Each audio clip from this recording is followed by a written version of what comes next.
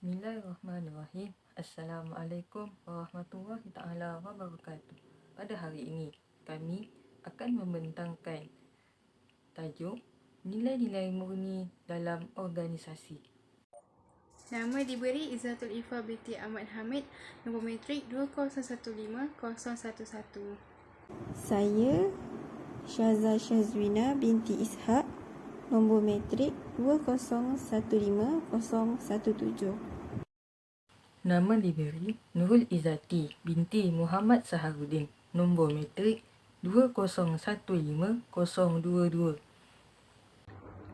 Nama saya Rabiatul Adawiyah binti Zaharuddin, nombor matrik 2015025. Nama saya Akila Najwa binti Zulkifli, nombor matrik 2015027.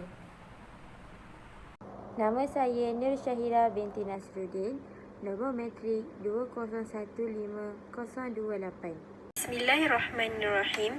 Pengenalan bagi nilai-nilai murni dalam pengurusan organisasi. Sistem pengurusan Islam adalah salah satu sistem yang sangat lengkap dan sistematik yang berpandukan Al-Quran dan As-Sunnah. Prinsip pengurusannya jelas, penyusunan dan perancangan pengurusan yang teratur, pengawasan yang teratur, menyeluruh dan terperinci serta mempunyai asas yang kukuh untuk mendapatkan redha Allah dan tidak semata-mata kebendaan dan keduniaan sahaja. Pengurusan merupakan satu proses sosial selaras dengan perkembangan manusia dan komuniti sekeliling. Pengurusan dikaitkan dengan pengurusan sebuah keluarga, komuniti atau organisasi hingga sebuah negara. Kitab terakhir yang diturunkan oleh Allah Subhanahu wa taala kepada Nabi Muhammad sallallahu alaihi wasallam menjadi sumber rujukan utama bagi seluruh umat Islam, seluruh umat manusia. Ia juga mengandungi pelbagai perkara yang tidak ditinggalkan walaupun satu aspek sebagai panduan kehidupan manusia, sama ada perkara dunia dan perkara akhirat. Oleh yang demikian, sistem pengurusan yang berpaksikan ajaran Al-Quran dan As-Sunnah akan melahirkan suatu sistem urus tadbir yang cemerlang, sempurna dan berkualiti. Bagi mengurus sebuah organisasi yang cemerlang ialah berdasarkan ajaran Islam. Dengan ini, berhubung dengan konsep kecemerlangan pengurusan ini sebenarnya telah diungkapkan dalam kitab suci Al-Quran dari awal lagi menerusi penciptaan Allah Subhanahu Wa Taala terhadap kejadian alam di dunia yang mementingkan aspek kesempurnaan dan kualiti. Seterusnya, definisi pengurusan dan pentadbiran. Pengurusan bermaksud merupakan satu proses sosial yang selaras dengan perkembangan manusia dan komuniti di sekelilingnya. Pengurusan juga dikaitkan pengurusan sebuah keluarga, komuniti atau organisasi hingga kepada pengurusan sebuah keluarga. Sistem pengurusan Islam adalah satu sistem yang sangat lengkap dan sistematik dan ia berpandukan Al-Quran dan juga Al-Sunnah. Prinsip pengurusannya yang jelas, penyusunan dan perancangan pengurusan yang sangat teratur, pengawasan yang menyeluruh dan terperinci yang mempunyai asas yang kukuh untuk mendapatkan keredaan Allah Subhanahu Wa Taala dan tidak semata ke dunia dan kebendaan sahaja. Pentadbiran pula bermaksud, menurut Kamus Dewan, pentadbiran bererti perbuatan melaksanakan urusan, mengelola atau menjalankan sesuatu pejabat, kerajaan dan lain-lain. Bak kata lain, pentadbiran ialah satu perlakuan untuk mengurus atau bertindak sebagai ejen dalam hal ehwal. Ia berfungsi pemerintah atau fungsi kerajaan. Pengurus membawa makna atau konsep yang betul dan cekap. Benar jika kita katakan bahawa pentadbiran ialah sains pengurusan mengenai pengendalian perjalanan pekerjaan atau sesebuah organisasi dengan betul dan cekap. Sesebuah organisasi ataupun komuniti akan berjaya dalam segala aspek yang diceburi sekiranya setiap ahli saling mengamalkan sifat nilai-nilai murni yang berkualiti dalam setiap diri masing-masing. Hal ini demikian kerana fitrah kesempurnaan atau kecemerlangan yang berkualiti merupakan satu komponen penting yang amat diperlukan. Antara nilai murni yang perlu ada dalam pengurusan organisasi ialah: yang pertama, nilai kepimpinan yang amanah. Jika pemimpin dalam sesebuah organisasi tidak mempunyai nilai-nilai murni, sudah pasti secara langsung organisasi tersebut akan mundur. Malah, konsep kepimpinan dalam Islam sememangnya menjadi isu atau topik terpenting dalam memastikan pengurusan sesuatu perkara sama ada dalam aspek sosial, ekonomi, politik ataupun pentadbiran dapat berjalan dengan lancar dan juga sempurna. Penekanan terhadap nilai kepimpinan yang membawa kepada pengurusan berkualiti terutamanya apabila hendak melantik seseorang menjadi pemimpin. Kepimpinan bukanlah suatu yang teristimewa, akan tetapi merupakan suatu amanah yang berat yang dapat didefinisikan sebagai suatu proses yang melibatkan seseorang pengurus yang berusaha sedaya mungkin untuk mendapatkan penyertaan secara sukarela daripada orang bawahannya agar objektif yang ditetapkan dapat dicapai dengan sepenuhnya. Kepimpinan memerlukan ilmu pengetahuan, sifat keadilan, kecekapan, keberanian, akhlak yang mulia, kejujuran, sifat pemaaf, kesabaran dan juga sebagainya. Nilai utama yang perlu wujud dalam diri seorang pemimpin adalah sifat amanah yang tinggi. Pemimpin hendaklah amanah dalam menjalankan tugasnya sama ada dari aspek perkataan iaitu jujur dengan mengutarakan setiap yang dijanjikan dan juga melalui perbuatan dengan menunaikan apa yang seorang pemimpin itu mampu kepada orang yang di bawahnya yang memerlukan. Dalam masa yang sama, setiap pemimpin perlulah menerapkan nilai-nilai murni yang baik. Baiklah, kita pergi kepada poin yang seterusnya, iaitu pelaksanaan keadilan.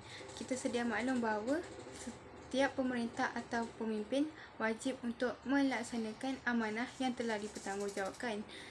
Sekiranya mereka ingin menunaikan hukuman atau sebarang tindakan, maka mereka perlulah menjatuhkan hukuman secara adil dan saksama agar seseorang pemimpin itu tidak bersikap berat sebelah.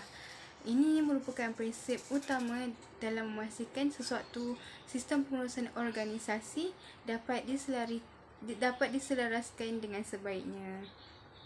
Tambahan pula, seluruh umat Islam telah dididik melalui ajaran Nabi Muhammad SAW agar sentiasa berlaku adil terhadap semua pihak. Mereka perlu ditegah melakukan sebarang tindakan pilih kasih atau diskriminasi, dan seterusnya mereka perlu membuat tindakan dengan meletakkan dasar ikatan kekeluargaan itu dalam sesebuah organisasi.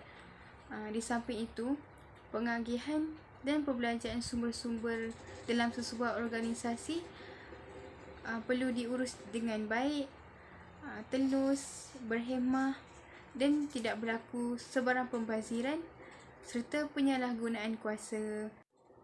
Jika seseorang pemimpin itu gagal untuk berlaku adil, secara tidak langsung akan mewujudkan jurang antara pemimpin dan juga rakyat. Yang ketiga adalah nilai amar ma'ruf nahi munkar, yang mana kedua-dua istilah ini sering dikaitkan apabila kita membincangkan tentang tugas seorang khalifah. Jadi tugas ini adalah perintah Allah SWT yang mana kita hendaklah mengajak kepada ke arah kebaikan dan mencegah segala kemungkaran. Ini juga adalah satu tanggungjawab yang besar dan pentinglah dalam tradisi nubuah. Amar ma'ruf maksud pada bahasa ialah suatu ajakan atau perintah ke arah melaksanakan perkara yang baik, amalan yang baik. Kita juga kena mengajak tu dengan bimbingan dan nasihat yang baik. Pada istilah pula ialah suatu larangan yang umum kepada masyarakat supaya tidak melakukan perkara yang maksiat, supaya tidak melakukan perkara yang boleh mengganggu kehidupan kita.